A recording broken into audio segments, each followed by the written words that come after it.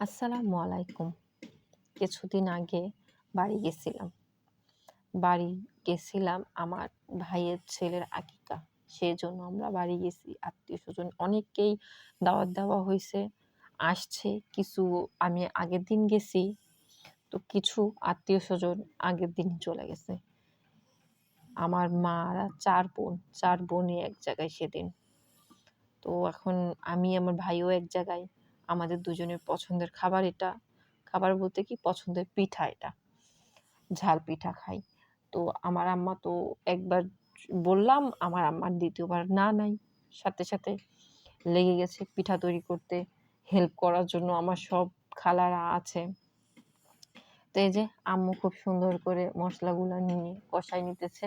আর হ্যাঁ, এই পিঠাতে হচ্ছে মাংস ছোট, ছোট করে কেটে নিছে আর আলু ভাজির মতো করে কাটছে। কেটে ২ টা একসাথে মিশ করে রান্না করবে।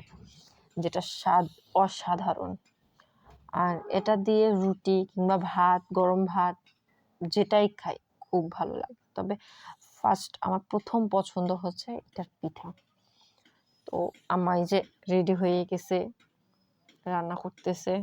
আমরা সবাই এক জায়গায় আছি, খুব এক্সাইটেড। সবচেয়ে বেশি জিনিস যেটা হচ্ছে সবাই এক জায়গাতে।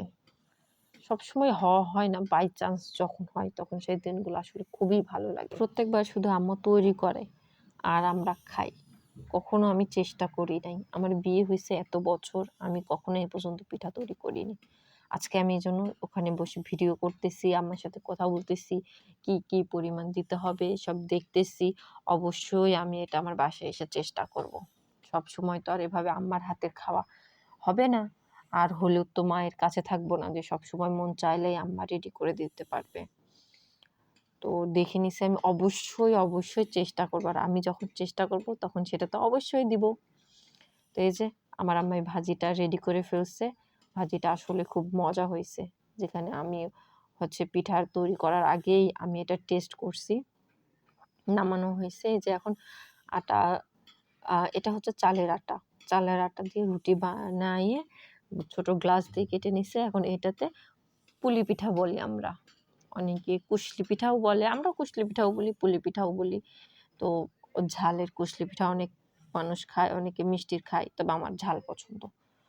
সো আমার মা যেটা তৈরি করতেছে সেটা বেস্ট আমার জন্য। প্রত্যেক সন্তানের কাছেই তাদের মায়ের হাতের রান্না বেস্ট। আমি এই যে রেডি খেতে, আমার তো তর্স হচ্ছিল না।